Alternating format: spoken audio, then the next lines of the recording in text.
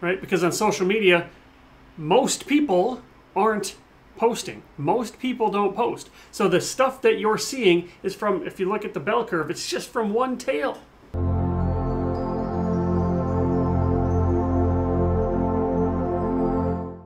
Hey, welcome back. Derek Hagan here, the Meaning in Life guy. I see the world through the lens of meaning and meaningful living. So on this channel, we take a look at songs and videos and poetry and other forms of art through the lens of meaningful living, valued living, personal values, purpose in life, mindsets, resilience, mindfulness, everything that makes life worth living, and how we can handle the downside of life and appreciate the upside of life. In my personal life, I work as a financial therapist and financial psychology expert and explore money's role in a meaningful life. So if that's interesting to you, check out meaning.blog. Back on my Renfest here, I'm checking out Dominoes today. A lot of people have recommended Dominoes, so I'm excited to check it out. So without further ado, it's a 4-minute video, so let's get right in.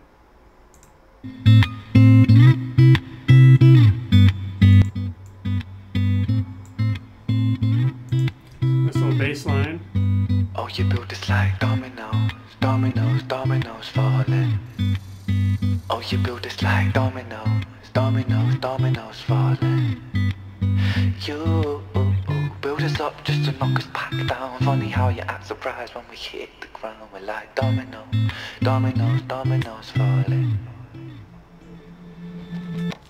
So bleed me of all my self-belief. My smile shows all my insecurity. In a kingdom of photoshopped kings and queens will never feel happy with ourselves, but insecurity sells. Dominoes, dominoes, dominoes falling. Oh, you build us like dominoes, dominoes, dominoes falling. You build us up just to knock us back down. Funny how you act surprised when we hit the ground. We're like dominoes, dominoes, dominoes falling. Cause how can I face a world that ridicules the weak? Where beauty is sold on the shelves, forbid that we find it in ourselves. And now I'm broke, it don't come cheap. Oh, you build us like dominoes, dominoes, dominoes falling. Oh, you build us like dominoes, dominoes, dominoes falling. You build us up just to knock us back down. Funny how you act surprised when we hit the ground. We're like dominoes, dominoes falling. I was the most beautiful girl in this world. She shined like diamonds and rubies and pearls. But then, as soon as she turned 13, she forgot just how bright that it was that she gleamed. Stuck in the material world of magazines that glamorise fake and Photoshop beauty queens. Top 10 beauty tips making her feel inadequate. For the first time in her life she felt ugly. So Araya stopped eating to lose weight. She spent her dinner money on some makeup for her face. But no matter how much she lost or how much she bought, she was never good enough, or so she thought. Araya felt she could never be loved. She started cutting her wrists and hiding her scars with gloves. At 16, an anorexic beauty queen, she collapses in a puddle of her tears and blood. Cause she never felt enough, she never felt enough.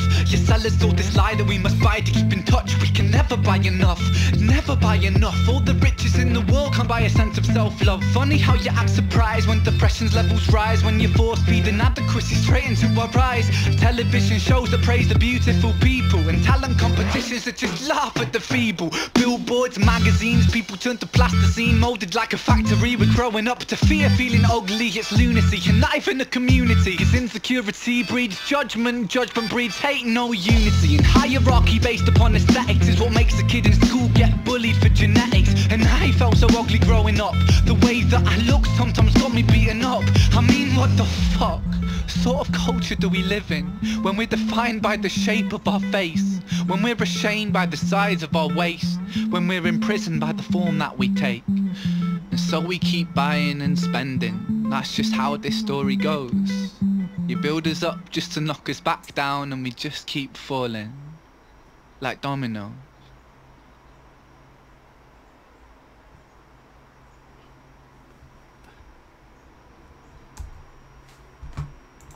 Alright, so we'll jump into the profound nature of those lyrics in a second. First, I just want to say every time I thought there was going to be a beat drop, there was not one there. So I got tricked every single time. But it was catchy. I liked the catchy song. And the overall theme, the top high-level theme, seems to be insecurity driven by consumerism, driven by marketing. And I think when you build us up, he's talking about society building us, or building us up like Dominoes, and maybe not even, I suppose, society, but certainly the big companies and maybe even governments that are setting us up and then knock us down, just so that they can set us up again. It's almost like the old story about the salesperson who will kick you down a hole and then tell you, I'm the only one with the rope, so buy a rope from me. Kind of got a sense like that. So let's jump in again and see if there's anything else. We can add some commentary to it.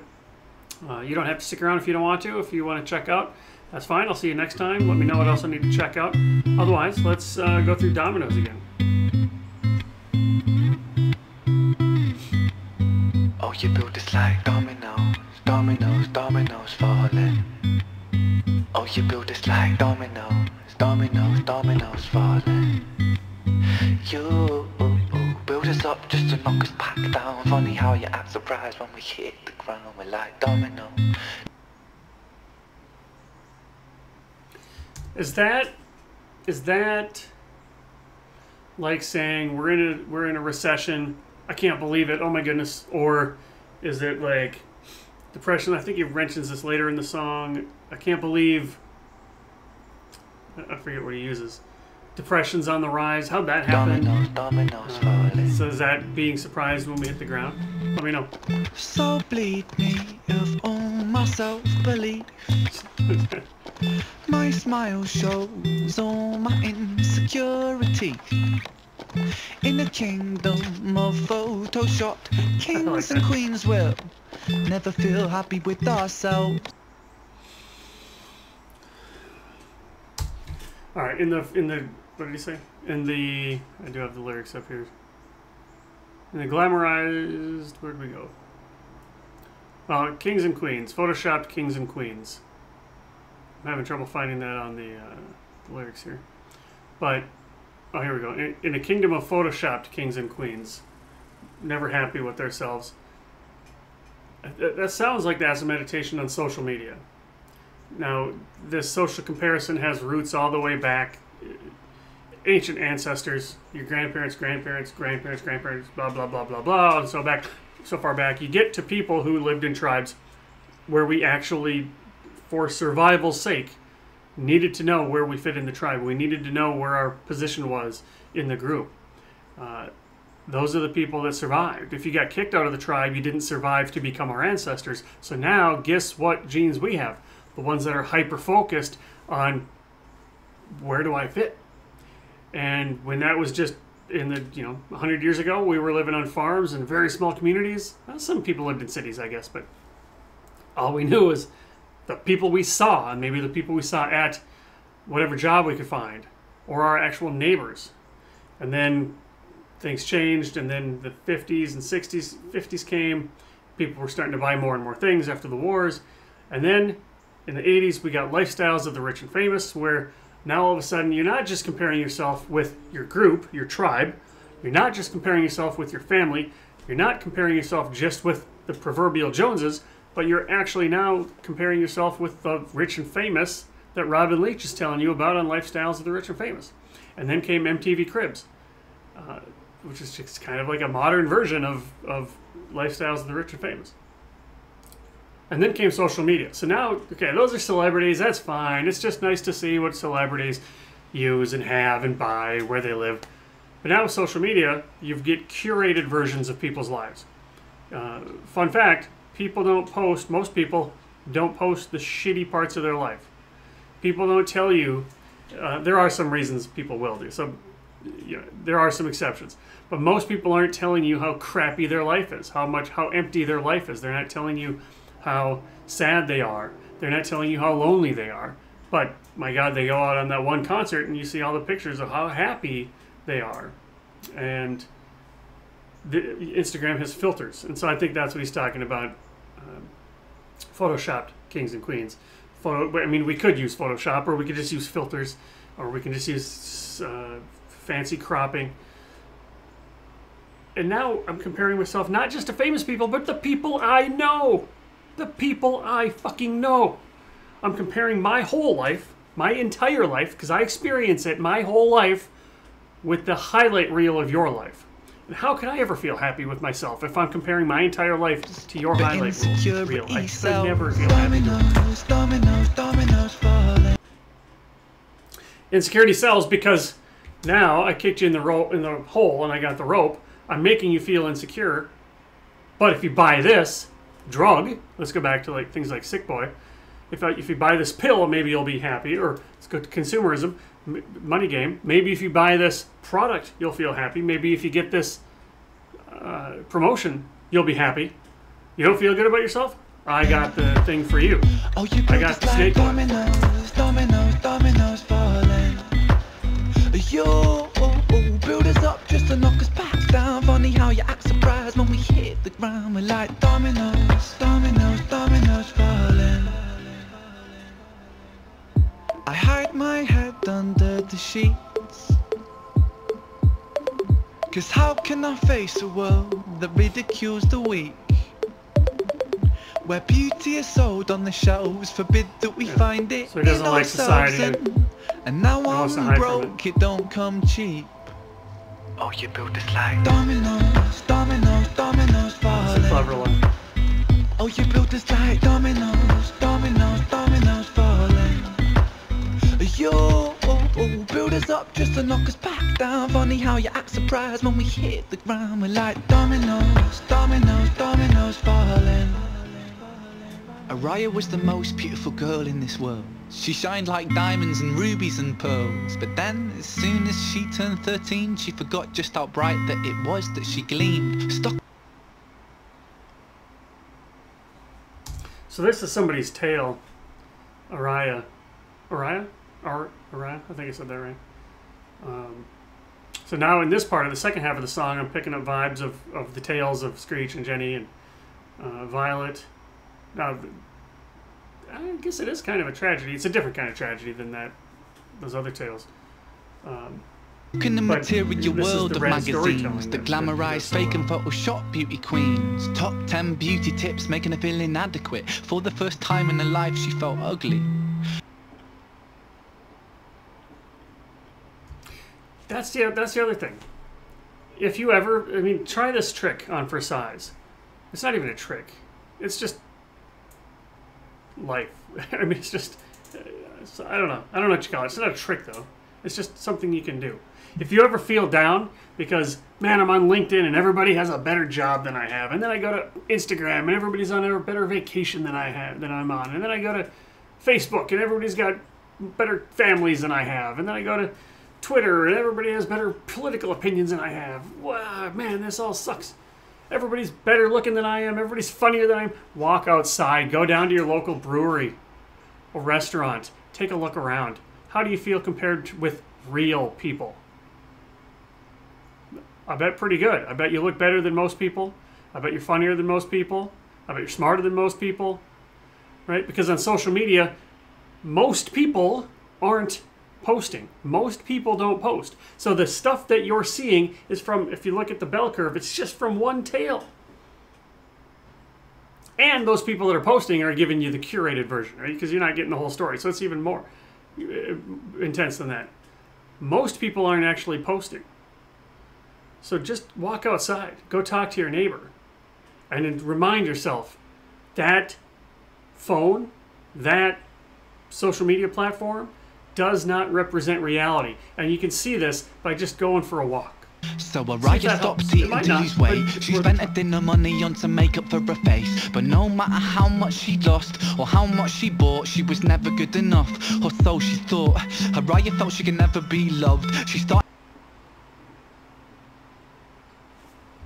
or so she thought. So this comes down to the Stoics, the ancient Stoics. used to talk about things, well, modern Stoics still do, that we don't respond to the things that happen to us, but we respond to our interpretation of the things that happen to us. That idea was the start, the seed of something we call cognitive behavioral therapy, which is to think about the stories that we're telling ourselves. And here he says she was never good enough, or so she thought. So the story she told herself was enough to hook her. The story she told herself that she was never good enough. She was. So if you can slow down, and again, this takes practice, but this kind of work doesn't take a lot of practice. It's just slowing down to recognize that I'm responding to my interpretation or my belief about what's happening, and then I can challenge that. Is there any evidence for this, that I'm not good enough? Is there evidence for the opposite? Is there evidence that I'm good enough? Is there a different way to view this? And here's my favorite way to challenge a belief. Imagine a loved one came up to you and told you the same exact thing. A friend came up to and said, I'm never good enough. How would you cancel that friend? Because the capital T truth here is that we don't treat ourselves the same way we treat other people. We're awful to ourselves. Go back to Hiren if you don't believe me. We have this nagging, strong inner critic in us. So there's I didn't make this up, but I can't remember who to attribute this to. If you saw me talking to my nephew the same way I talk to myself, you would throw me in jail. If I spill a glass of water, or worse, red wine, if I spill a glass of red wine, I'm going to say something like, God damn it, you're so fucking stupid. What the hell's wrong with you? Jesus Christ, now you got to go clean up this red wine's in the carpet. You idiot, you're a moron. In my head, I don't say that out loud. If my nephew accidentally knocked over my glass of red wine, and I said, you idiot, you're a moron. What the hell's wrong with you? You spilled my wine, you douchebag. You would throw me in jail, because you don't treat nephews that way. Which means, a good way to challenge these beliefs is to ask, if my nephew came to me, if my friend, if my spouse, my wife, my husband came to me with this, how would I counsel that person? Because this helps us get to this so-called platinum rule. Golden rule, every culture in the world has had this golden rule, which says don't do to other people what you wouldn't want them to do to you, but you need something higher than that, which is don't do to yourself something that you wouldn't do to somebody else. She was never good enough, or so she thought. Her riot felt she could never be loved. She started cutting her wrists and hiding her scars with gloves. At 16, an anorexic beauty queen, she collapses in a puddle of her tears and blood, cause she never felt enough. She never felt enough. Your sellers sold this lie that we must buy to keep in touch. We can never buy enough, never buy enough. All the riches in the world can't buy a sense of self-love. Funny how you act surprised when depression's levels rise, when you're force feeding adequacy straight into our eyes. Television shows that praise the beautiful people, and talent competitions that just laugh at the feeble. Billboards, magazines, people turn to plasticine, molded like a factory. We're growing up to fear, feeling ugly, it's lunacy. And not even a community, cause insecurity breeds judgment, judgment breeds hate, no unity. And hierarchy based upon aesthetics is what makes a kid in school get bullied for genetics. And I felt so ugly growing up, the way... Yeah. We didn't choose anything. We didn't choose our parents. We didn't choose genes. We didn't choose which sperm hit that egg. You know, different sperm hits that egg and you don't exist, and your non-existent sibling exists instead. But encoded in that sperm and that egg is who you are, how tall you are, what your facial features are, what color your hair is, how curly it's going to be, how intelligent, your IQ. That I look sometimes for me beaten up. I mean, what the fuck sort of culture do we live in when we're defined by the shape of our face, when we're ashamed by the size of our waist, when we're imprisoned by the form that we take? And so we keep buying and spending. That's just how this story goes. You build us up just to knock us back down, and we just keep falling like dominoes.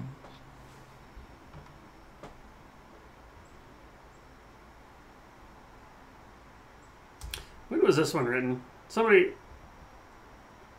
I think I saw a comment, but I'm probably wrong, that it was like 2012 or 13, but then he didn't make the video or record it until later or something, I don't know. But is this the seed to Money Game Part 1? Or what was probably just called Money Game? I kind of get similar vibes, but anyway. Good tune. Thank you for recommending this. These are the kinds of songs. I love this kind of stuff. How did you take the song? Did you interpret it different for me? Was there something that I completely missed? Or is there something I said that resonated with you? Let me know that too.